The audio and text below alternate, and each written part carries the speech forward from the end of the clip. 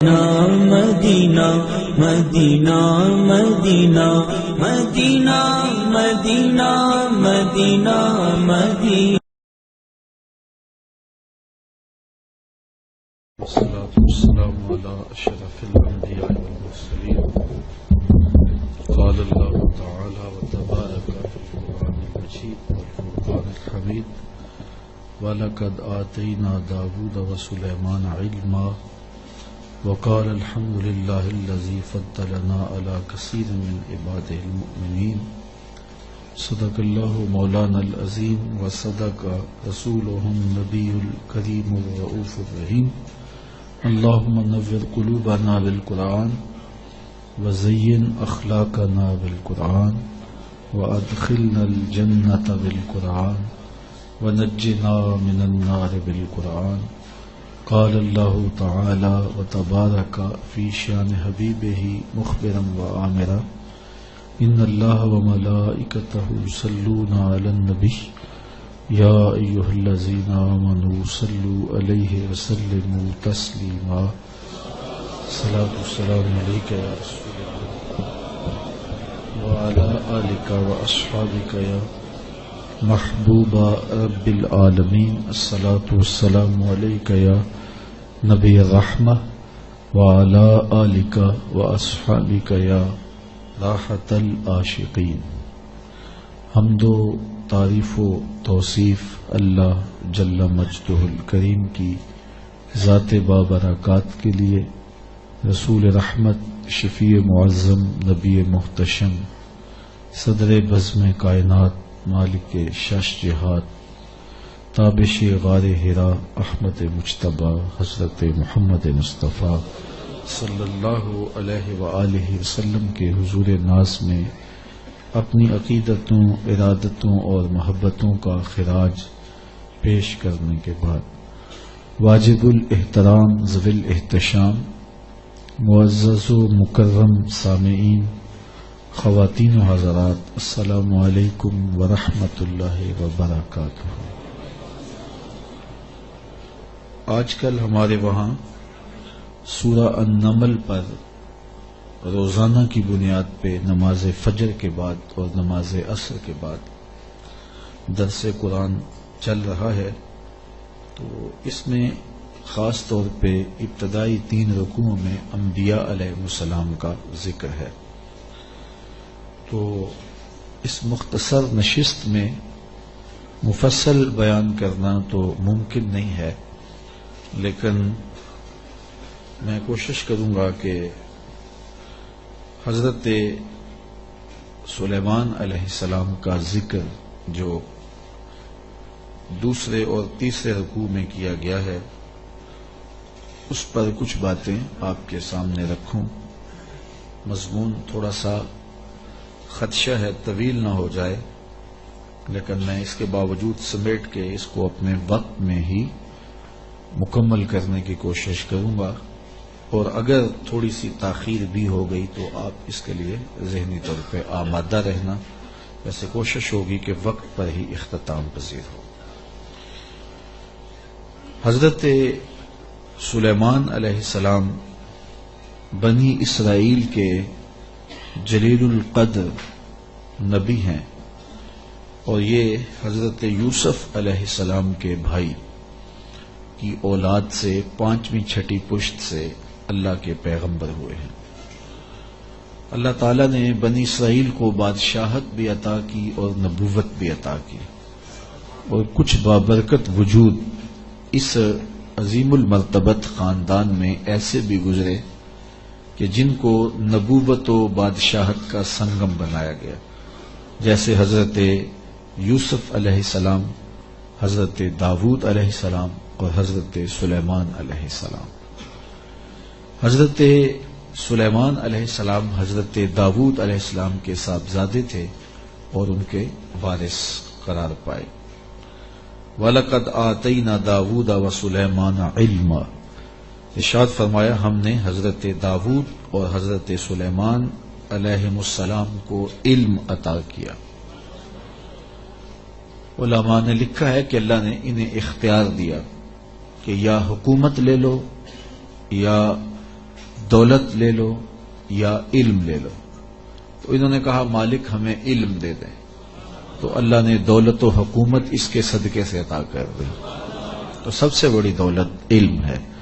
تو یہاں کہا کہ ہم نے ان کو علم کے نور سے مالا مال کیا. اور اگر بنظر غور مطالعہ کریں تو علم ہی شہنشاہی ہے. اسی زمانے میں ایک ملک کو فتح کر دیا گیا اور بادشاہ گرفتار کر کے حاضر لایا گیا.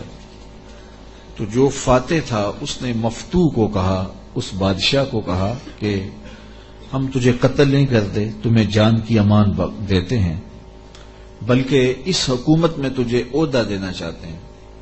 اب تم بتاؤ کہ تمہیں کون سے منصب پہ رکھا جائے؟ تو اس نے کہا مجھے معلم لگا دو، مجھے استاد لگا دو. تو اس بادشاہ نے ہنس کے کہا پھر بادشاہی چاہتے ہو؟ تو یہ بادشاہی ہے، یہ شہنشاہی ہے علم. تو کہا ہم نے ان کو علم کی دولت سے مالا مال کیا. وقال الحمد للہ الذی فضلنا علی کثیر من عبادہ المؤمنین. انہوں نے اللہ کی بارگاہ میں عرض کی کہ ساری تعریفیں اللہ کے لیے ہیں جس نے ہمیں اپنے بہت سے مومن بندوں پر فضیلت بخشی ہے.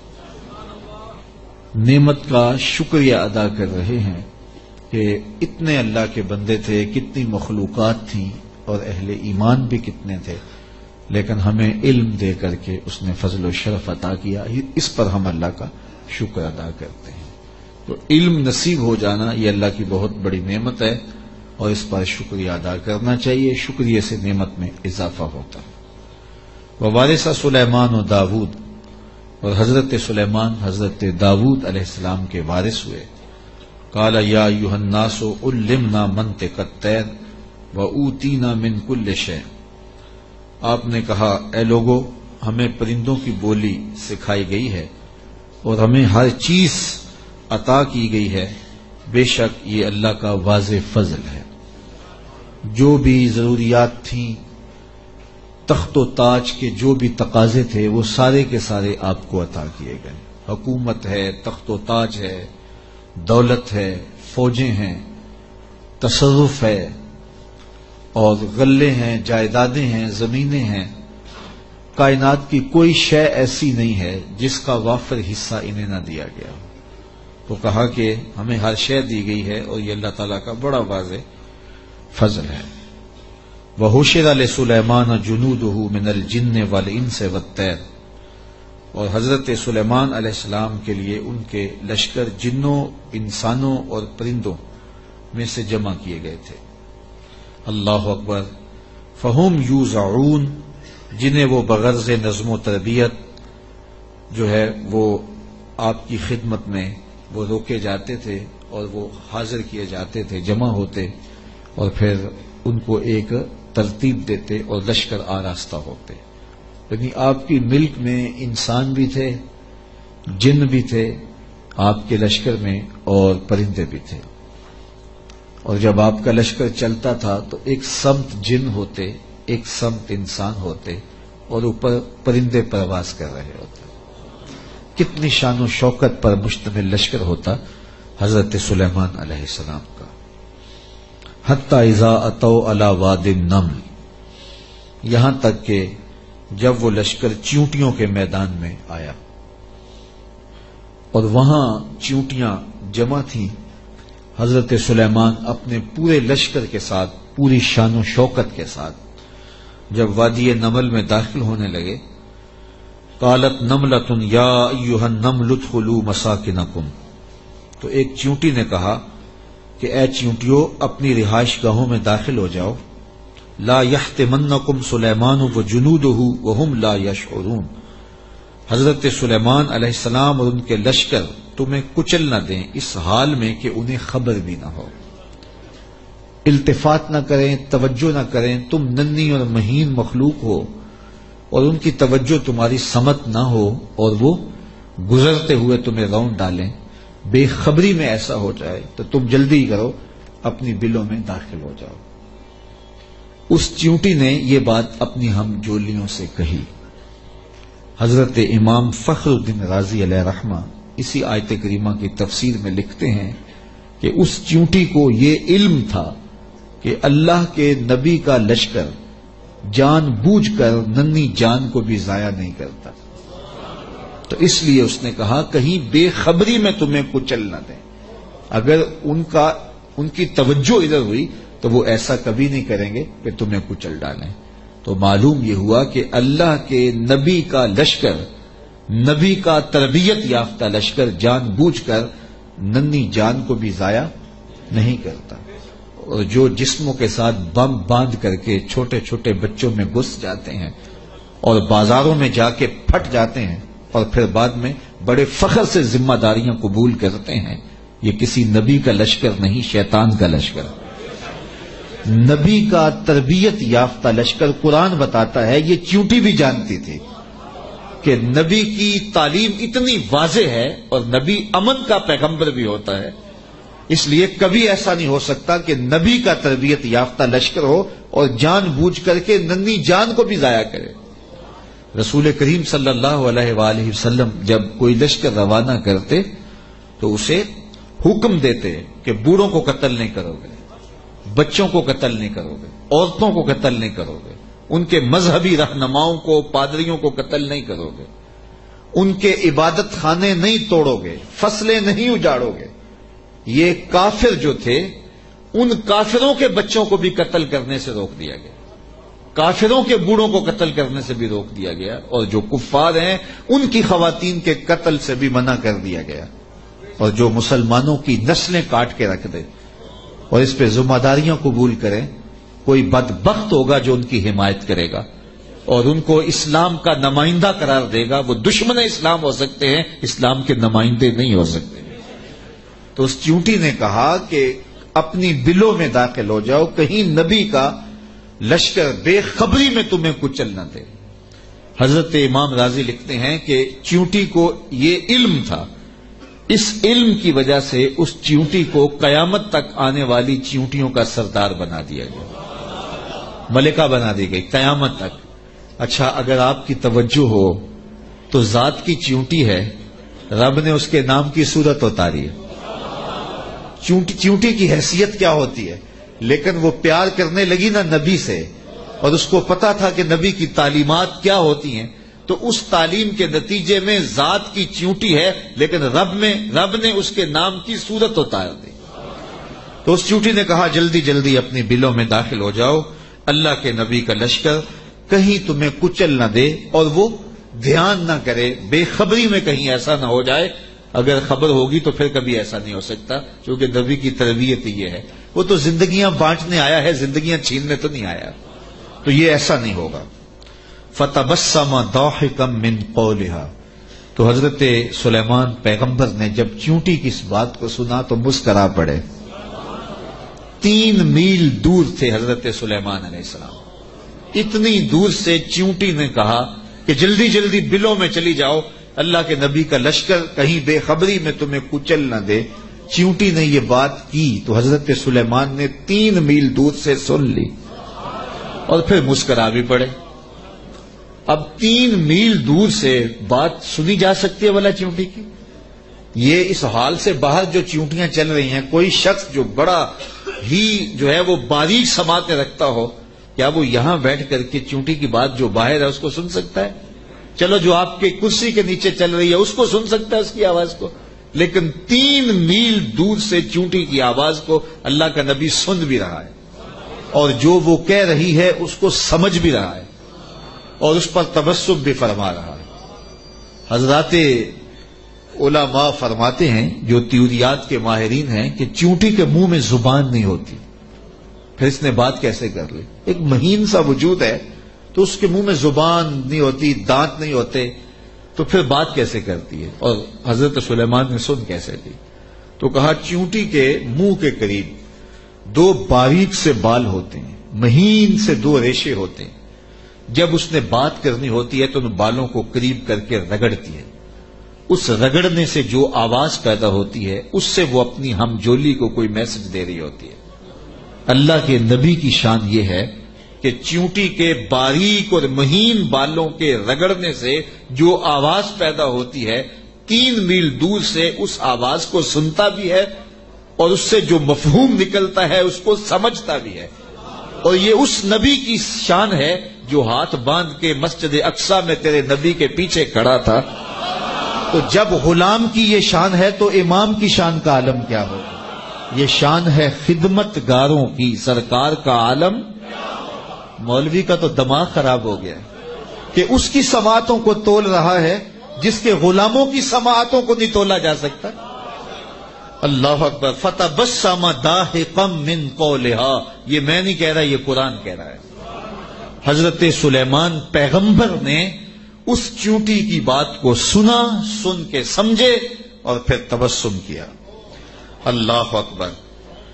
وقال رب اوزعنی ان اشکر نعمتک التی انعمت علی وعلی والدی وان اعمل صالحا ترضاہ وادخلنی برحمتک فی عبادک الصالحین.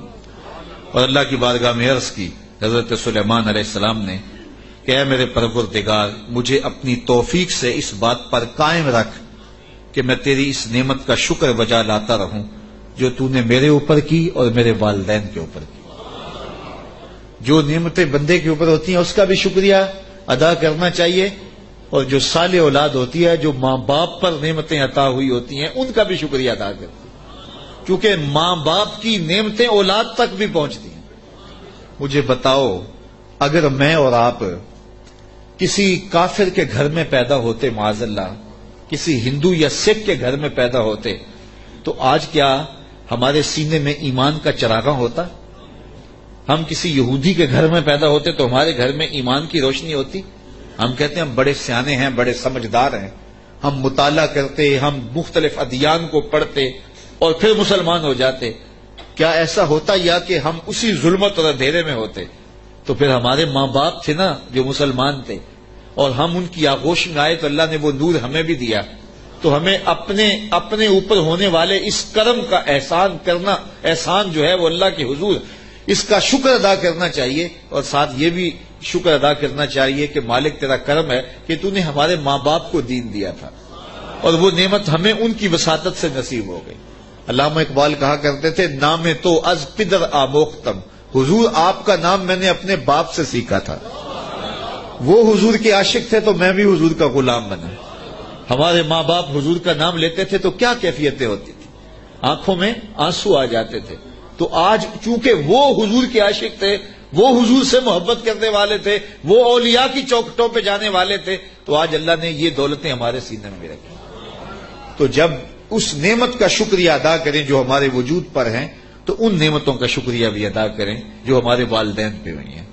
تو حضرت سلیمان نے یہ ہمیں شکر کرنے کا ایک عجیب طریقہ دیا، خوبصورت طریقہ دیا، اور عرض کی مالک میں ان نعمتوں کا شکر ادا کرتا ہوں جو تو نے میرے اوپر کی، اور ان نعمتوں کا بھی شکریہ میں ادا کرتا ہوں جو میرے ماں باپ پر کی.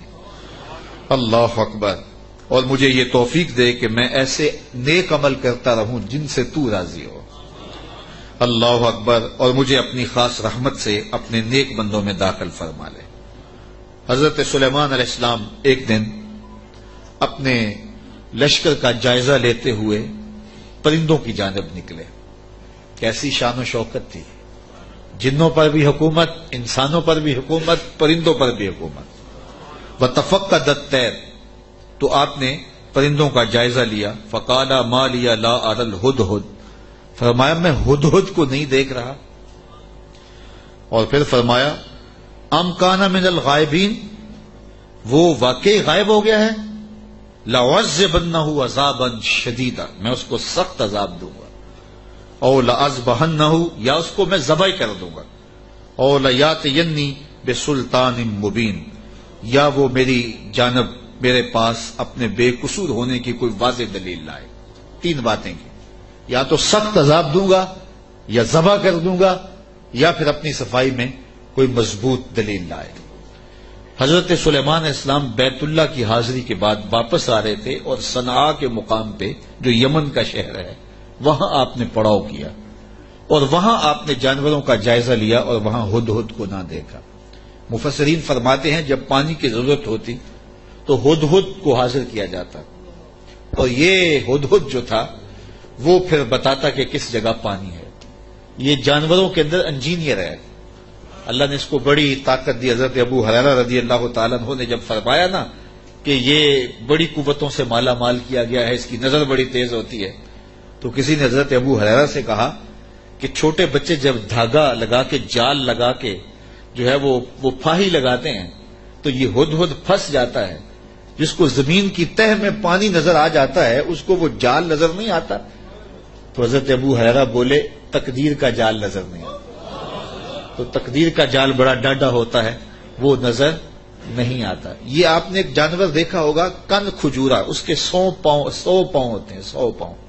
اور یہ جو سانپ ہوتا ہے اس کے کوئی پاؤں نہیں ہوتے. یہ اپنے جسم کو بل دے کے آگے بڑھتا ہے. اور کن کھجورا اس کے 100 پیر ہوتے ہیں. اور سانپ کی مرغوب غذا ہے کن کھجورا. اور جب اس کو یہ نظر آئے تو یہ دوڑتا ہے اور سانپ پیچھے دوڑ کے اس کو شکار کر لیتا ہے. تو کسی نے کن کھجورے سے پوچھا کہ تیرے 100 پیر ہیں اور سانپ کا ایک بھی نہیں ہے اور پھر بھی تو پکڑا جاتا ہے. اس نے کہا تقدیر کے آگے پاؤں نہیں چلتے. تو کہا کہ وہ دھاگا تقدیر کا ہے، وہ ہدہد کو نظر نہیں آتا اور وہ بچے اسے پکڑ لیتے ہیں. تو ہدہد حضرت سلیمان علیہ السلام کا درباری پرندہ تھا اور حضرت سلیمان علیہ السلام اس سے محبت کرتے تھے. یہ بھی اللہ کے نبی سے پیار کرتا تھا. بلکہ صاحب روح البیان نے ہدہد کے عنوان سے بڑی باتیں لکھی ہیں، کچھ لطیفے بھی ذکر کیے ہیں. کہتے ہیں ایک دن یہ ہدہد چونکہ لاڈلا پرندہ تھا حضرت سلیمان کا، تو حضرت سلیمان علیہ السلام کو کہنے لگا کہ میں آپ کے لشکر کی دعوت کرنا چاہتا ہوں. آپ نے کہا اتنا بڑا لشکر ہے اور تو میرے لشکر کی دعوت کرے گا؟ کہا جناب دعوت قبول کیجیے. تو کہا ٹھیک ہے، آج دوپہر کو میں آپ کے لشکر کی دعوت کروں گا. جب دوپہر کا وقت آیا تو دریا کنارے لشکر نے پڑاؤ کیا ہوا تھا. تو ہدہد کبھی دائیں کبھی بائیں اڑانے بھر رہا ہے. تو کہا میاں وقت ہو گیا ہے، اب لاؤ نہ کھانا، تم نے آج ہماری دعوت کی ہے. کہا جی اسی کا انتظام کر رہا. تھوڑی دیر کے بعد اس نے فضا میں ایک چڑیا شکار کی اور اس کو فضا میں توڑ کر کے پانی میں پھینک دیا اور لشکر کو آواز دی جس کے ہاتھ میں بوٹی آتی ہے بوٹی لے لے، باقی شوربہ پی لے. یہ بڑا لاڈلا پرندہ تھا حضرت سلیمان علیہ السلام کا. تو جب اس کو نہ دیکھا تو غصے میں آ گئے. اور میاں کوئی لاڈلا ہو اور نہ آئے تو پھر زیادہ غصہ چڑھتا نا. وہ کوئی نالائق شاگرد ہو تو کلاس سے غیر حاضر بھی ہو تو وہ اتنا غصہ نہیں آتا کہ چلو جان چھوٹی. لیکن کوئی ذہین ترین طالب علم ہو تو وہ نہ آئے تو طبیعت میں تلخی آ جاتی ہے. میں بھی ملک کے طول و عرض میں درس قرآن دینے جاتا ہوں اور یہاں بھی اور باقی ملک کے حصوں میں بھی ایک باقاعدہ درس قرآن کلاس کی شکل بن گئی ہوئی ہے. تو کچھ لوگ ایسے ہوتے ہیں جو درس قرآن بڑے انہماک سے سنتے ہیں، توجہ سے سنتے ہیں. تو پھر کبھی وہ نہیں نہ آتے تو پھر ان پہ غصہ بھی بڑا آتا ہے کہ میاں تو کیوں نہیں آیا. حضرت حسن بصری تقریر کرنے کے لیے بیٹھتے تھے تو پردے کے پیچھے حضرت رابعہ بصریہ بیٹھتی تھی. تو پوچھ لیتے تھے رابعہ آئی ہیں کہ نہیں آئی. جب آئی ہیں تو پھر درس شروع کرتے. تو کوئی سمجھنے والا ہو، کوئی پیار والا ہو تو پھر بات کوئی اور ہوتی ہے. تو اس پرندے سے چونکہ بڑا پیار تھا، جب اس کو نہ دیکھا تو غصے میں آ گئے. کہا ما لیا لا اری الہدہد، میں ہدہد کو نہیں دیکھ رہا، کیا وہ واقعی غائب ہے؟ اچھا میں اس کو ذبح کر دوں گا یا سخت سزا دوں گا یا پھر وہ مجھے اپنی بے گناہی کی کوئی دلیل پیش کرے. اب ہدہد کہاں چلا گیا؟ حضرات مفسرین لکھتے ہیں کہ وہ حضرت سلیمان علیہ السلام استراحت کرنے لگے تو وہ اڑ کے قریب ایک باغ میں چلا گیا. وہاں ایک اور اس کا ہم جنس ہدہد بیٹھا ہوا تھا. اس نے پوچھا کدھر سے آئے ہو؟ اس نے کہا کہ میں اپنے نبی کے ساتھ گیا تھا، اپنے شہنشاہ کے ساتھ گیا تھا اور ان کی حکومت جنوں پر بھی ہے، انسانوں پر بھی ہے، پرندوں پر بھی ہے. تو اس نے کہا کہ میری جو بادشاہ ہے میرے ملک وہ عورت ہے اور اس کا ایک تخت بہت بڑا، اور میں تمہیں دکھاؤں. تو وہ ہدہد کو ساتھ لے گیا اور اتنے میں دیر ہو گئی. حضرت سلیمان غصے میں آ گئے. کہا کدھر ہے؟ لاؤ اسے حاضر کرو. آپ کا جو درباری شہباز تھا وہ اڑا فضا میں بلند ہوا تو ہدہد آتا دکھائی دیا. تو اس نے اس کے اوپر جھپٹ کے حملہ کرنا چاہا تو ہدہد نے کہا تجھے واسطہ دیتا ہوں اس رب کا جس نے تجھے میرے پہ طاقت دی ہے، مجھے اپنا معاملہ حضرت سلیمان کے پاس جا کے پیش کر لینے دے. کہا انہوں نے کہا ہے کہ تجھے قتل کر دوں گا، ذبح کر دوں گا یا تجھے سخت سزا دوں گا، اب تو بچ نہیں پائے گا. تو ہدہد نے کہا کہ انہوں نے کوئی استثناء بھی کیا تھا؟ کہا ہاں انہوں نے کہا تھا یا کوئی مضبوط خبر لائے، اپنا معقول عذر پیش کرے. کہا پھر خیر ہے. اب ہدہد حضرت سلیمان کے پاس آیا اور مفسرین کہتے ہیں اس نے اپنے پر جھکا لیے اور دم بھی جھکا لی اور حضرت سلیمان کے سامنے عرض کی کہ اس رب سے ڈریے جس کے حضور آپ رب قیامت کے دن پیش ہوں گے. بس یہ بات کہنے کی دیر تھی کہ حضرت سلیمان کا غصہ ٹھنڈا ہو گیا. تو میں بتاؤ کدھر گئے تھے؟ تو ہدہد نے کیا جواب دیا، سنو قرآن کیا کہتا ہے. فمکث غیر بعید، تو پس وہ تھوڑی ہی دیر ٹھہرا تھا کہ وہ حاضر ہو گیا، اور حاضر ہو کے اس نے کہا فقال، اس نے کہا احطت بما لم تحط به وجئتک من سبأ بنبأ یقین. اس نے کہا کہ حضور میں ایسی بات معلوم کر کے آیا ہوں جس پر شاید آپ مطلع نہ تھے، اور میں آپ کے پاس ملک سبا کی ایک یقینی خبر لایا ہوں. آپ نے اس چیز کا مشاہدہ نہیں کیا جس کا میں مشاہدہ کر کے آیا ہوں، تو میں ایک یقینی خبر آپ کو جو چشم دید ہے وہ بتانا چاہتا ہوں. حضرت سلیمان نے کہا بتاؤ. کہا انی وجدت امرأۃ تملکہم وأوتیت من کل شیء ولہا عرش عظیم. اس نے کہا میں ایک ایسی خاتون کو دیکھا ہے جو بادشاہت کے تخت پہ براجمان ہے. میں نے ایک ایسی عورت دیکھی ہے وہاں جو ان پر حکومت کرتی ہے اور اقتدار کی مسند پہ بیٹھی ہے، اور اسے ملکیت و اقتدار میں ہر چیز بخشی گئی ہے، اور اس کے پاس بہت بڑا تخت ہے. یہ شہرہ آفاق تخت تھا جو ملکہ بلقیس کے پاس تھا، اور یہ 40 ہاتھ چوڑا تھا، 80 ہاتھ لمبا تھا. شرعی ہاتھ جب کہا جاتا ہے تو وہ کونی تک ہوتا ہے، تو گویا دوسرے لفظوں میں 1.5 فٹ کا ایک ہاتھ لگائیں تو یہ 60 ہاتھ چوڑا تھا اور 120 ہاتھ جو ہے وہ لمبا تھا. سونے چاندی اور قیمتی دھاتوں کا بنا تھا، اور 7 منزلیں تھیں اس کی، اور قیمتی موتی اس کے اوپر لگے تھے. اور جب وہ اپنا دربار لگاتی تو اس تخت کے اوپر بیٹھتی، اور اس کے 12,000 سردار تھے قوم کے جن کے تحت فوجیں تھیں، اور ایک مضبوط نظم و نسق تھا. ہر شے، فوجیں، آلات حرب و ضرب، بہت کچھ دیا گیا تھا. تو اس بات کی کہانی سنائی اور آگے فرمایا وجدتها وقومها يسجدون للشمس من دون اللہ. میں نے دیکھا ہے وہ اور اس کی قوم اللہ کے علاوہ سورج کو پوجتی ہے، اللہ کو چھوڑ کر سورج کی پرستش کرتی ہے. وزین لهم الشیطان اعمالهم، اور شیطان نے ان کے لیے ان کے اعمال مزین کر دیے ہیں. فصدهم عن السبیل، اور شیطان نے ان کو راہ حق سے، راہ توحید سے روک دیا ہے. فهم لا يهتدون، اور وہ ہدایت نہیں پا رہے. اللہ يسجدوا للہ الذی یخرج الخبأ فی السماوات والارض ویعلم ما تخفون وما تعلنون. اللہ اکبر. اس لیے روکے گئے ہیں کہ وہ اللہ کے حضور سجدہ ریز نہ ہوں جو آسمانوں اور زمینوں میں پوشیدہ حقائق اور موجودات کو باہر نکالتا ہے، یعنی ظاہر کرتا ہے. اور وَيَعْلَمُ مَا تُخْفُونَ، اور جو تم ظاہر کرتے ہو، جو تم چھپاتے ہو، وَمَا تُعْلِنُونَ، اور جو تم ظاہر کرتے ہو اور جو تم چھپاتے ہو، وہ سب کو جانتا ہے، اس کی نظر میں کوئی پوشیدہ نہیں ہے. اللہ لا الہ الا هو رب العرش العظیم. اللہ کے سوا کوئی عبادت کے لائق نہیں، وہی عظیم تخت اقتدار کا مالک ہے. ملکہ بلقیس کا تخت کیا ہے؟ تخت تو میرے رب کا ہے، عرش تو اس کا ہے. تو اس نے یہ بات کہی. حضرت سلیمان نے ہدہد سے کہا کالا سننظر اصدقت ام کنت من الکاذبین. کہا کہ ہم ابھی دیکھتے ہیں کہ تو سچ کہہ رہا ہے یا جھوٹ بول رہا ہے. کالا سننظر اصدقت ام کنت من الکاذبین، تو سچا ہے یا جھوٹا ہے. اذهب بکتابی ھذا فالق الیہم ثم تولى عنہم فانظر ماذا یرجعون. آپ نے خط لکھا اور ہدہد کو دیا، کہا اس کو لے جاؤ اور یہ خط ان کی طرف ڈال دو، اور اس کے بعد ان کے پاس سے ہٹ جاؤ، پھر دیکھ کہ وہ کس بات کی طرف رجوع کرتے ہیں. اس خط کے اوپر حضرت سلیمان علیہ السلام نے تحریر کی، ہدہد کے سپرد کیا. 1 مہینے کی مسافت پر تھا یہ ملک سبا حضرت سلیمان علیہ السلام کے ملک شام سے.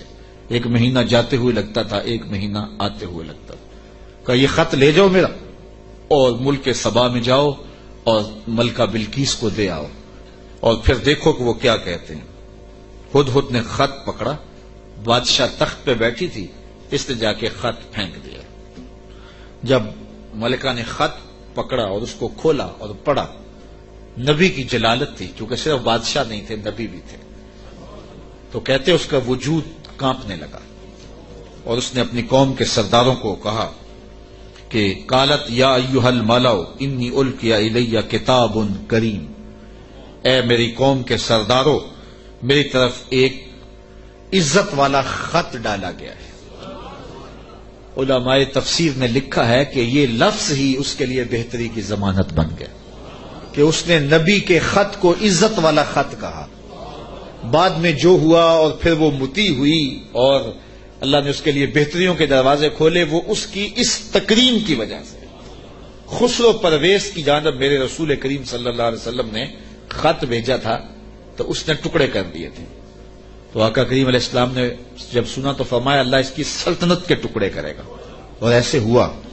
تو پرویز نے حضور کا خط پھاڑا تھا تو ذلیل و رسوا ہو گیا، اور اس نے اللہ کے پیغمبر کے خط کو سینے سے لگایا اور کہا یہ عزت والا خط ہے جو میری جانب ڈالا گیا ہے، انہ من سلیمان، بے شک یہ حضرت سلیمان کی طرف سے ہے، وَإِنَّهُ بِسْمِ اللَّهِ الرَّحْمَٰنِ الرَّحِيمِ، اور بے شک اس میں یہ لکھا ہے کہ اللہ کے نام سے شروع جو رحمان اور رحیم ہے۔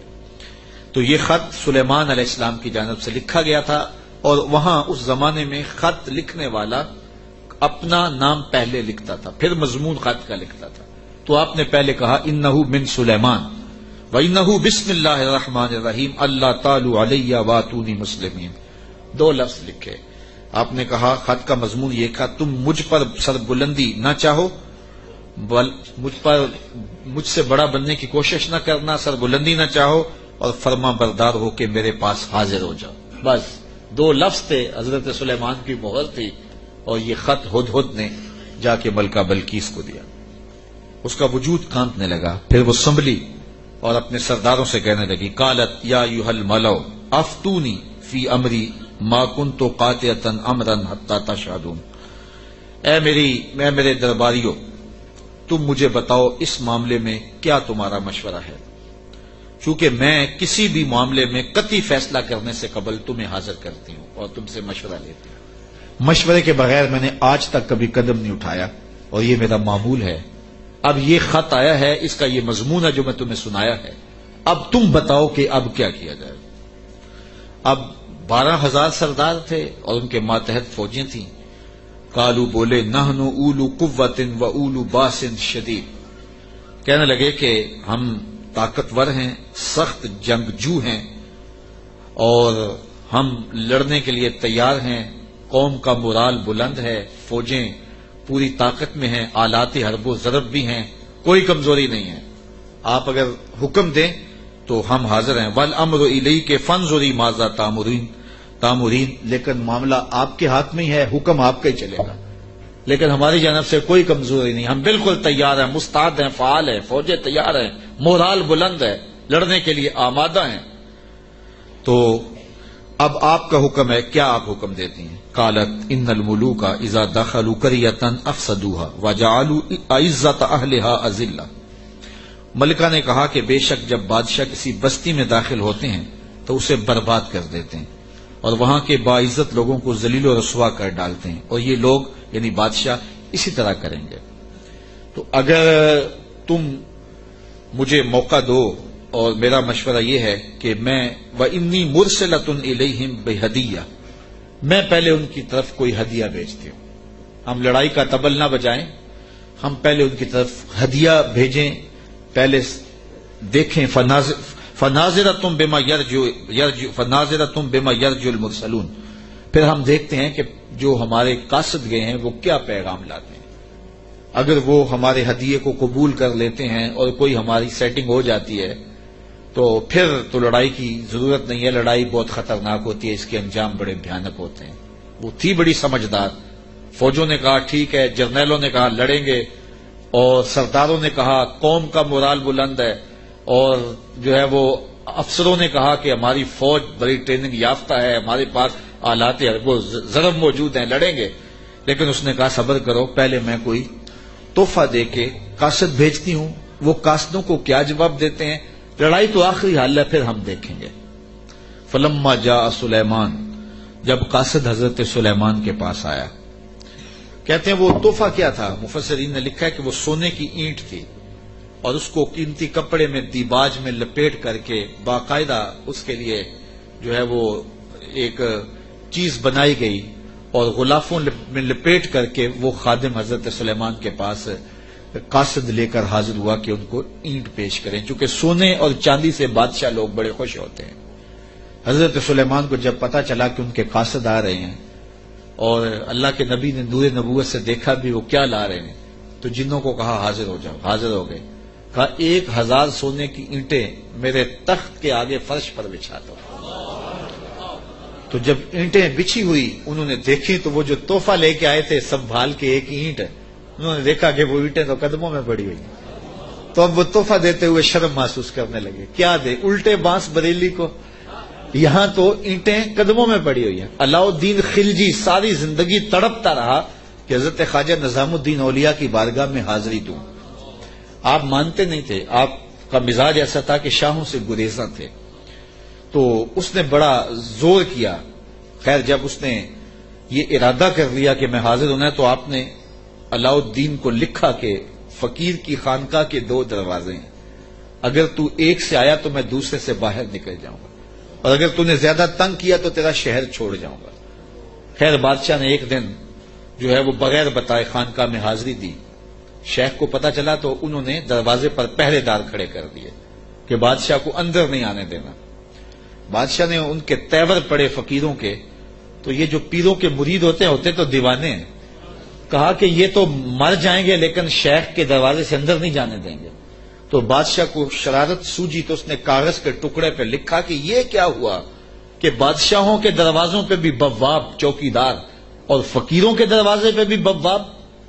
تو اندر سے شیخ نے اسی کاغذ کے ٹکڑے پہ بیک پہ اس کی پشت پہ لکھ کے بھیجا، فرق یہ ہے کہ بادشاہوں کے درباروں پر جو بواب ہوتے ہیں وہ فقیروں کو روکنے کے لیے ہوتے ہیں، اور جو فقیروں کی چوکھٹ پہ بواب ہوتے ہیں وہ امیروں کو روکنے کے لیے ہوتے ہیں۔ بادشاہ کہنے لگا کہ مجھے حضرت کی خانقاہ تو دیکھنے کی اجازت ہوگی۔ خدام نے کہا کوئی حرج نہیں ہے۔ تو وہ خانقاہ لنگر خانہ دیکھنے لگا، بہت بڑی خانقاہ تھی۔ تو جب وہ استبل میں گیا تو کیا دیکھا کہ جو گھوڑے ہیں ان کی جو میخیں ہیں، قلعے ہیں، وہ چاندی کے ہیں، اور جو ان کے پاؤں میں زنجیریں پڑی ہوئی ہیں جن سے وہ بندھے ہوئے ہیں وہ زنجیریں سونے کی ہیں۔ تو بادشاہ بڑا حیرت زدہ ہوا، تو اس نے پھر کاغذ کے ٹکڑے پہ لکھا کہ یہ کیا ہوا کہ بادشاہوں کے پاس بھی سونا اور چاندی اور فقیروں کے پاس بھی سونا اور چاندی، فرق کیا ہوا؟ تو شیخ نے جواب میں لکھ کے بھیجا، فرق یہ ہے بادشاہ خزانوں میں سنبھال کے رکھتے ہیں، فقیر گھوڑوں کے قدموں میں ڈال کے رکھتے ہیں۔ تو حضرت سلیمان علیہ السلام نے 1000 اینٹ بچھوا دی۔ آپ جانتے ہیں جب بہار چین آیا نا حضرت عمر کے زمانے میں، جب ایران فتح ہوا تو سب سے دنیا کے اس وقت نامور اشیاء میں سے بہار چین ایک بہت بڑا قالین تھا، جس کو بہار چین پہ بٹھا دیا جاتا وہ ناز کرتا کہ میں بہار چین پہ بیٹھے۔ آج وہ کسی کو وہ سرخ قالین پہ جو ہے وہ لے کے جاتے ہیں تو کہتے ہیں میرے لیے سرخ قالین بچھائے گئے، امریکہ میں یا جو ہے وہ میرے لیے جو ہے وہ برطانیہ میں یہ اعزاز دیا گیا ہے کہ مجھے سرخ قالینوں پہ میرا استقبال کیا گیا، سرخ قالین بچھائے گئے۔ بہار چین یہ ایک ایسا قالین تھا کہ جس پہ بیٹھ جانا اور جس پہ چلے جانا یہ بڑے دنیا کے لوگ جو ہے وہ فخر سمجھتے تھے۔ جب حضرت فاروق اعظم کا زمانہ آیا تو یہ علاقہ فتح ہوا تو یہ اونٹوں پہ لاد کر کے یہ بہار چین مدینے بھیجا گیا۔ تو حضرت عمر کے پاس جب بہار چین آیا تو کہا کہ اب اس کو کہاں رکھے؟ تو کسی نے کہا جی مسجد نبوی میں بچھائیں۔ کہا یہ مسجد نبوی میں بچھے؟ وہاں کی جو چٹائیاں ہیں اس قالین سے افضل ہیں، وہاں اس کو یہاں نہیں بچھائیں گے۔ تو کہاں رکھے؟ حضرت عمر نے حکم دیا کہ مسجد نبوی کے باہر جہاں لوگ جوتے اتارتے ہیں وہاں رکھا جائے، اور وہ بہار چین جس پہ لوگ بیٹھنا اعزاز سمجھتے لوگ وہاں جوتے پوچھ کے گزرتے تھے۔ تو فقیروں کی نظر میں کیا چیز ہوتی ہے ان چیزوں کی؟ تو 1000 اینٹ جب بچھی ہوئی دیکھی تو وہ کیا تحفہ دیتے؟ حضرت سلیمان علیہ السلام نے کہا کالا اتو مدوننی بمال، تم مجھے مال سے میری مدد کرتے ہو؟ تم کیا سمجھتے ہو؟ تم میرے پاس جو ہے وہ مال و دولت سے میری مدد کرنا چاہتے ہو؟ فما آتانی اللہ خیر مما آتاکم، اللہ نے جو مجھے دیا ہے وہ اس سے بہتر دیا ہے جو تم کو دیا ہے، تمہارے سے بہتر مجھے نوازا ہے۔ بل انتم بہدیتکم تفرحون، بلکہ اپنے ہدیے پہ تم خوش ہو کہ یہ مال ہے، ہم مال کے ہدیے کو قبول نہیں کرتے۔ ایک طرف سورج کو پوجا جا رہا ہے، رب کے ساتھ شریک ٹھہرایا جا رہا ہے، اور میں ایک اینٹ لے کے راضی ہو جاؤں سونے کی، اور تم اللہ کی مخالفت کرتے رہو۔ یہاں سمجھنے کے لیے بہت کچھ ہے کہ اللہ کے حکموں کی نافرمانی کر رہا ہو اور پیر صاحب کو نذرانہ دے دے اور پیر صاحب یہیں چپ ہو جائے کہ کوئی نہیں مجھے نذرانہ مل گیا۔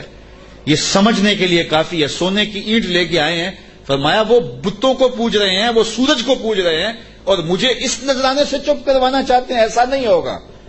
اور آپ نے اس قاصد کو پیغام دیا، ارجع الیہم، جا ان کے پاس اور ان کو بتا جا کے کہ فَلَنَاتِيَنَّهُمْ بِجُنُودٍ لَا قِبَلَ لَهُمْ بِهَا وَلَنُخْرِجَنَّهُمْ مِنْهَا أَذِلَّةً وَهُمْ صَاغِرُونَ۔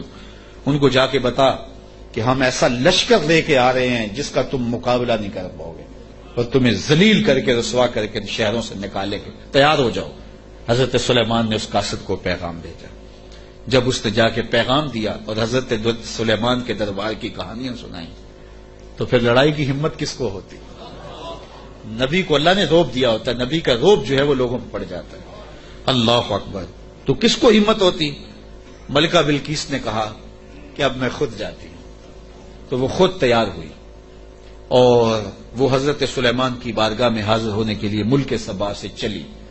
ادھر بھی وقت گزرتا گیا، جب 3 فرسخ دور وہ دربار سے رہ گئی، 1 فرسخ اور 3 فرسخ 5 کلومیٹر لگا لے، آپ یہ کہہ لیں کہ وہ بائی پاس پہ یا وہ یہ چناب پل پہ اتنے فاصلے پہ جب اس کا آنا ہوا تو حضرت سلیمان بیٹھے تھے اور آپ نے اپنے درباریوں سے کہا، قال یا ایھا الملأ ایکم یاتینی بعرشھا قبل ان یاتونی مسلمین۔ دربار لگا تھا، جن بھی بیٹھے تھے، انسان بھی بیٹھے تھے، پرندے بھی تھے۔ آپ نے کہا میرے درباریوں، وہ بلقیس آ گئی ہے، یہاں قریب ہی آ گئی ہے، تو اس کا وہ تخت جس پہ اسے ناز ہے، کوئی ہے جو اٹھا لائے اس کے لانے سے پہلے؟ کیسی شان حضرت سلیمان کی، وہ بائی پاس پہ آ گئی ہے، اور تخت 1 مہینہ جاتے ہوئے لگتا ہے، 1 مہینہ آتے ہوئے لگتا ہے۔ یہ طاقتیں ہیں اللہ کے بندوں کی۔ اللہ اکبر۔ تو کہا وہ تو ادھر آ گئی ہے، تو کوئی ہے جو اس کا تخت جا کے جلدی جلدی اٹھا لائے؟ تو جب آپ نے یہ بات کہی تو ایک جن اٹھا، قال عفریت من الجن انا آتیک بہ۔ ایک جن کہنے لگا حضرت میں لاتا ہوں۔ کب لاؤ گے؟ قبل ان تقوم من مقامک، آپ کی مجلس ختم ہونے سے پہلے پہلے حاضر کر دیتا ہوں۔ اور مجلس ختم ہوتی تھی زوال کے وقت، دوپہر کے وقت، صبح شروع ہوتی اور دوپہر کو ختم ہو جاتی، تو کچہری لگی تھی، کہا کچہری ختم ہونے سے پہلے پہلے میں لے آتا ہوں۔ وَإِنِّي عَلَيْهِ لَقَوِيٌّ أَمِينٌ، طاقتور بھی ہوں، لے بھی آؤں گا، اور امین بھی ہوں، کوئی ایک موتی بھی ضائع نہیں ہوگا، تو تخت میں لے کے آتا ہوں۔ اور 1 مہینہ میں نے عرض کیا جاتے ہوئے لگتا ہے، 1 مہینہ کئی ہاتھ موٹا تھا، 7 منزلیں تھیں، 40 ہاتھ چوڑا تھا، 80 ہاتھ لمبا تھا، سونے اور چاندی اور قیمتی جواہر سے مرصع تھا، اور 7 کوٹریوں میں مکفل تھا، تالے لگے تھے، پہرے دار کھڑے تھے، جیب میں ڈال کے بھی لانا ہو پھر بھی 2 مہینے چاہیے۔ اور اس تخت کو لانے کا کہا دوپہر تک لے آتا ہوں۔ بڑی بات تھی نا، حضرت سلیمان خوش ہو جاتے کہ بڑی بات ہے، تو میں نہیں، مجھے اس سے بھی پہلے چاہیے، مجھے اس سے بھی پہلے چاہیے۔ کیا شان ہے، کیا شان ہے، کہا مجھے اس سے بھی پہلے چاہیے۔ قال الذی عندہ،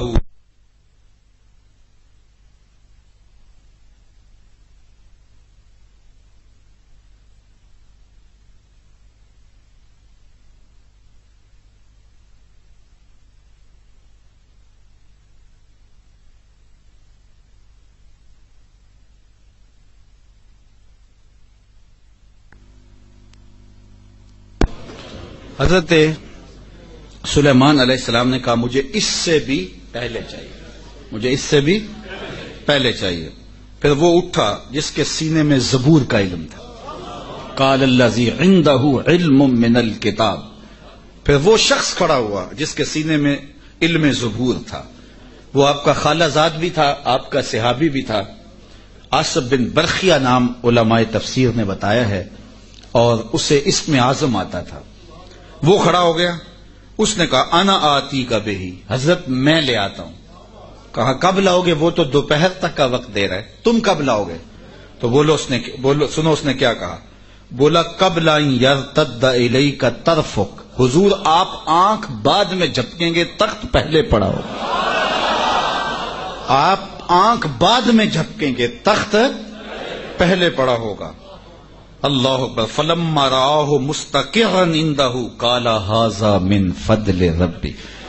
حضرت سلیمان نے بھی آنکھ جھپکی نہیں تھی، تخت سامنے پڑا ہوا. حضرت سلیمان بے ساختہ پکار اٹھے، یہ میرے رب کا فضل ہے جس نے میرے امتی کو یہ طاقت دی. یار بنی اسرائیل کے نبی کے امتی کی یہ شان، تو بنی اسرائیل کے یہ نبی مقتدی بن کے جس کے امام کے پیچھے کھڑے تھے مسجد اقصی میں، اس امام کی شان کا عالم کیا ہو. یہ شان ہے خدمت گاروں کی، سرکار کا عالم. کہا میں لاتا ہوں، اور اس کے آنے سے پہلے کہ حضرت آنکھ جھپکنے سے پہلے حاضر کر دوں. اور حضرت سلیمان نے ابھی آنکھ جھپکی نہیں، تخت سامنے پڑا ہوا تھا. اللہ اکبر. لیبلونی ااشکر ام اکفر. کہا کہ میرے رب نے مجھے آزمایا ہے، میرا رب مجھے پرکھتا ہے کہ میں اس کا شکر کرتا ہوں یا کفران کرتا ہوں یا انکار کرتا ہوں. اللہ اکبر. فرمایا فمن شکر فانما یشکر لنفسہ. جو شکر کرتا ہے وہ اپنے لیے ہی شکر کرتا ہے. اللہ کا کیا فائدہ کرے گا؟ اپنا ہی فائدہ ہوگا. تو میں اس کا شکر کرتا ہوں جس نے میرے ایک امتی کو یہ طاقت عطا کی، یہ شان عطا کی. یار جب بنی اسرائیل کے ایک ولی کی یہ شان ہے تو اس امت کے اولیاء کی شان کا عالم کیا ہوگا. صرف ایک واقعہ. شہر بخارا میں، شہر کابل میں حضرت امام شاہ نقش بند بخاری علیہ رحمہ تشریف لائے تو لوگوں کا ہجوم ہو گیا. بادشاہ وقت کی لونڈی وہاں سے گزرتے ہوئے رکی تو لوگوں کا ہجوم دیکھا. کہا ماجرا کیا ہے؟ کہا بخارے والے پیر آئے ہوئے. تو کہا یہ پیر کیا ہوتے ہیں؟ لوگوں نے بتایا یہ اصلاح قلب کرنے والے لوگ ہوتے ہیں، یہ دلوں کے حکیم ہوتے ہیں، ڈاکٹر ہوتے ہیں، اور یہ باطن کی صفائیاں کرنے والے لوگ ہوتے ہیں. اور اللہ نے ان کو تکوینی اور تشریعی طاقتیں بھی عطا کی ہوئی ہوتی ہیں. اور کبھی ایسا ہوتا ہے کہ یہ اوکھے ویلے کام بھی آتے ہیں. اس نے سوچا کہ شیخ سے نسبت قائم کر لینے میں کوئی حرج نہیں ہے، تو اس نے حضرت شاہ نقش بند بخاری کی بیعت کر لی. چلو پیر تو کوئی ہونا چاہیے، تو انہوں نے ان سے بیعت کر لی. شیخ نے جو وظائف بتائے اور تلقین کی، ذکر کی اور اچھائی کی طرف سبق دیے، تو صالحہ تو وہ پہلے ہی تھی لیکن مزید رنگ چڑھ گیا. تو بادشاہ جب اس کی خدمت کو دیکھا تو بڑا خوش ہوا. جو باقی لونڈیاں تھیں وہ حسد کرنے لگیں. ایک دن انہوں نے بادشاہ کے دربار سے، بادشاہ کے گھر سے چوری کر کے زیور ایسی جگہ پہ چھپا دیے اور اس پہ الزام لگا دیا اور پھر برآمد بھی اس سے کروا دیے.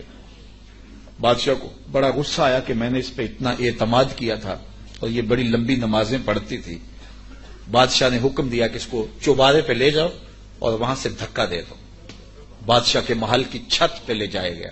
اس نے لاکھ کہا کہ میرا جرم نہیں ہے، لیکن بادشاہ ہوتے ہیں. تو چھت پہ لے جایا گیا. جب دھکا دینے لگے تو اس کو اب یاد آیا کہ میں نے سنا تھا اوکھے ویلے پیر کام آتے ہیں. تو اس نے بخارے کی طرف منہ کر کے کہا شیع للہ چو گدائے مستمند المدد خواہم ز شاہ نقش بند. سنا ہے اوکھے ویلے پیر کام آتے ہیں، اس سے اوکھا ویلا میرے پہ تو نہیں آ سکتا. یہ اس نے کہا تو پیچھے جلاد نے دھکا دے دیا. جب نیچے آئی تو حضرت شاہ نقش بند بخاری کا دامن پھیلا ہوا تھا. آپ نے آرام سے پکڑ کے نیچے رکھ دیا. تو اس نے حیرت سے پوچھا حضرت آپ کب آئے ہیں؟ تو شاہ نقش بند بخاری فرمانے لگے تو از چبارہ آمدی من از بخارا آمدم. تو چبارے سے چل پڑی تھی، میں بخارے سے چل پڑا.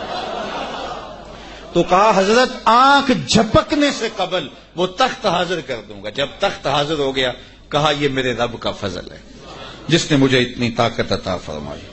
ومن کفر فإن ربی غنی کریم.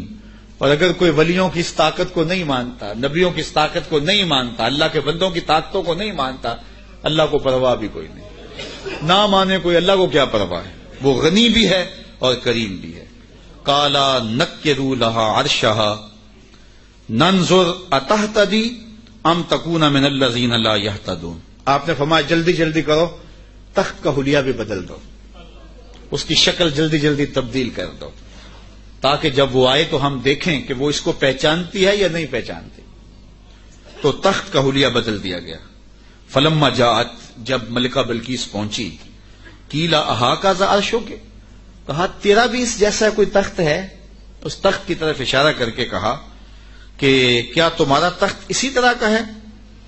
تو قالت کانہ ہوا، بولی یہ وہی تو ہے، یہ وہی تو ہے، بولی یہ وہی ہے. وَأُوتِينَا الْعِلْمَ مِنْ قَبْلِهَا وَكُنَّا مُسْلِمِينَ، اس نے کہا کہ ہمیں اس کی پہلے ہی خبر ہو گئی. حضرت آپ تخت کو بدل بدل کے نہ دکھائیں، ہم پہلے ہی مان گئے ہیں، ہم پہلے ہی مان گئے ہیں، اور ہم مطیع بن کے آئے ہیں، فرما بردار بن کے آئے ہیں. وَصَدَّهَا مَا كَانَتْ تَعْبُدُ مِن دُونِ اللَّهِ، اور اس ملکہ کو اس معبود باطل نے پہلے قبول حق سے روک رکھا تھا. اللہ اکبر، کس نے؟ جس کو وہ اللہ کے علاوہ پوچھتی تھی. انها كانت من قوم کافرین، بے شک وہ کافر قوم سے تھی. قیل لها ادخلی الصرح، اس کو کہا گیا اب محل میں آ جاؤ. یہ تو منظر باہر ہی تھا، کہا اب آ جاؤ ہمارے محل کے اندر. جب محل میں داخل ہوئی، فلما رأته حسبته لجا، ایسے کیا گیا تھا کہ پانی ڈال کر کے حوض بنا کے اس میں پانی ڈالا، مچھلیاں ڈالے، اور اس اوپر ایک شیشہ رکھ دیا. اور وہ شیشہ اتنا خوبصورت تھا اور اتنا لطیف تھا کہ محسوس نہیں ہو رہا تھا شیشہ ہے، لگتا تھا آگے تالاب ہے، تو اور کوئی راستہ بھی نہیں تھا. تو جب وہ گزرنے لگی، حسبته لجا، اس نے اس نیلگوں پانی کی لہریں جب چلتی ہوئی دیکھیں تو وہ سمجھی کہ یہ تو کوئی جو ہے وہ تالاب ہے. وَكَشَفَتْ عَنْ سَاقَيْهَا، اس نے اپنی پنڈلیوں سے کپڑا اوپر کر لیا. قَالَ إِنَّهُ صَرْحٌ مُمَرَّدٌ مِّن قَوَارِيرَ، تو حضرت سلیمان علیہ السلام نے فرمایا کہ یہ گہرے پانی کا تالاب نہیں ہے، بلکہ یہ تو شیشوں کا جڑا ہوا محل کے، شیشوں سے جڑے ہوئے محل کا صحن ہے، اور یہ جو ہے وہ ایسا ماجرا نہیں ہے. تو اپنے لباس کو اوپر کر لے. قالت رب انی ظلمت نفسی، تو وہ کہنے لگی میں نے اپنے نفس پہ میرے رب ظلم کیا ہے، اور آج میں اس مجمع کو گواہ بنا کے، تیرے پیغمبر کو گواہ بنا کے، آج اس محل کے اندر میں اعلان کرتی ہوں وَأَسْلَمْتُ مَعَ سُلَيْمَانَ لِلَّهِ رَبِّ الْعَالَمِينَ، میں حضرت سلیمان کے رب پر، تمام جہانوں کے رب پر ایمان لاتی ہوں، اور ایمان کی دولت سے مالا مال ہوئی. پھر حضرت بلقیس کا نکاح کیا حضرت سیدنا سلیمان سے ہوا یا دوسری روایت کے مطابق طبہ یمن سے ہوا، اس کے بارے میں روایات مختلف ہیں، مفسرین نے دونوں باتیں لکھی ہیں. تو اللہ کے نبی کی شان ہی کیا نرالی تھی. قرآن مجید ہم پڑھتے جائیں تو باطن میں روشنی ہوتی جاتی ہے. میرا جی چاہتا ہے کہ یہ مجھے 8-9 سال تو ہو گئے یہاں آتے ہوئے، لیکن میرا خیال ہے کوئی ایک صورت بھی پوری نہیں ہوئی ہوگی. تو ہم نے یہ چاہا ہے کہ ایک مرتبہ اتنا وقت ہم نکالیں کہ پورا قرآن مجید پڑھ لیں. تو 26، 27، 28، 29 فروری اسی مہینے کی جمعۃ المبارک کو نماز عصر سے لے کر کے پیر کو نماز عشاء کے بعد تک انشاءاللہ ہماری کوشش ہوگی ان 4 دنوں کے اندر پورا قرآن مجید ایک دفعہ اس کا دورہ ہو جائے. اور اس کے لیے ہم نے وقت یہ رکھا ہے کہ عصر سے شروع کریں گے اور نماز فجر تک مختلف وقفوں کے ساتھ قرآن مجید کی تلاوت کریں گے. ایک پارہ تلاوت کریں گے، ساتھ ساتھ اس کا ترجمہ بھی ہوگا. پارے کے اختتام پر آدھے گھنٹے کے لیے، تفصیل سے تو ممکن نہیں ہوگا، لیکن اس پارے کے اندر جو مضامین بیان ہوئے ہیں ان کا خلاصہ بیان کر دیا جائے گا. پھر تھوڑا سا کچھ چائے کا وقفہ ہو جائے، پھر دوسرا پارہ، اس طرح سحری تک جو ہے وہ سلسلہ چلتا رہے گا. اتوار کا جو دن ہوگا اس میں 2 پارے ہم انشاءاللہ دن کے وقت بھی کر لیں گے.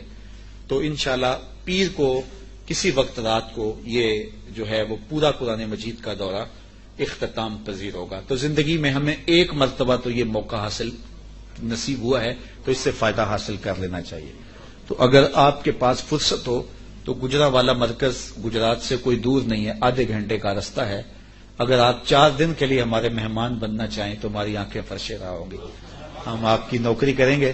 اور اگر آپ روزانہ کی بنیاد پہ جانا چاہیں تو آپ جو ہے وہ سر سے آدھا گھنٹہ چلیں تو عصر کی نماز ادھر پڑھ لیں گے اور فجر کے وقت آپ ناشتہ کر کے آ جائیں تو سیدھا کام پہ بھی آ سکتے ہیں، اور رات کو 1 گھنٹہ سونے کا بھی مل جائے گا، اور باقی دن کو بھی آپ وقت نکال سکتے ہیں۔ تو یہ 4 دن کا ہے، جمعہ، ہفتہ، اتوار اور پیر، 3 دن اور 4 راتیں۔ تو اس میں دن تو ایک ہی ہے، 2 دن کو ہفتہ اور پیر کو چھٹی ہے، تو اتوار کو دن کی بھی نشست ہوگی۔ اگر آپ چاہیں تو ضرور مرکز میں تشریف لائیں۔ علامہ مولانا خالد صاحب سے رابطہ کیا جا سکتا ہے، حاجی سعید صاحب سے رابطہ کیا جاتا ہے، صوفی صاحب سے رابطہ کیا جا سکتا ہے۔ تو آپ اس حوالے سے ضرور مرکز میں تشریف لائیں اگر وقت ہو، اور اگر پورا دورہ آپ نہیں کر پاتے ہیں تو کسی ایک دن ضرور قرآن کا میلہ دیکھنے کے لیے ضرور تشریف لائیں انشاءاللہ۔ اللہ مجھے آپ کو اپنی رحمتوں کے حصار میں رکھے۔